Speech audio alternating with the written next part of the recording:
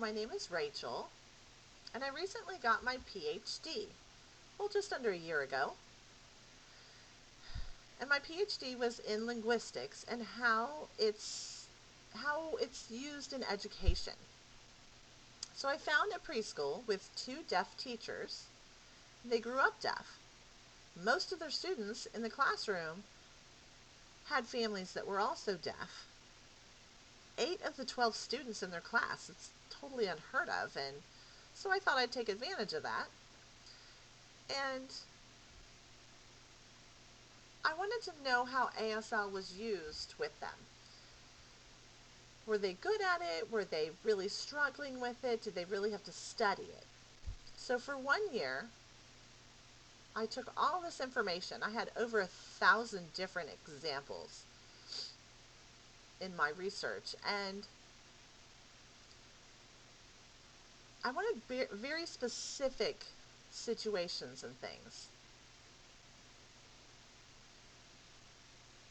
I wanted it to be a qualitative study.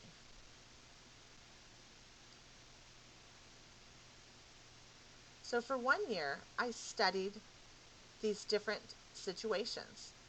The first one was ASL and linguistics, and what signs kept popping up regularly in the sentences. My other group was the context.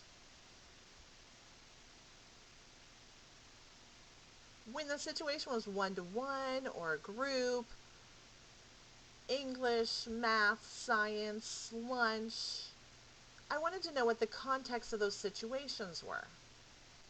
So I had both of these groups, I compiled all of my information, and I got my dissertation printed. And my findings were really interesting. I had one specific example. If the children were sitting one-to-one with the teacher or in a small group, they really got it. They understood what was going on. But when the teacher was busy running around like a chicken with her head cut off, the children learned less. And it was pretty interesting to see, it happened over and over. And the same thing happened in the hearing classrooms. When the teacher was running around, the children learned less. So I thought that was interesting. Even though English and ASL are very different, the findings were still the same. So I shared this information with the hearing teacher, and the deaf teacher decided to do the same, and they decided they could use that information to tweak their lesson plans. So all this information was very interesting. How the ASL linguistics and the contextual things went together. And that was my research.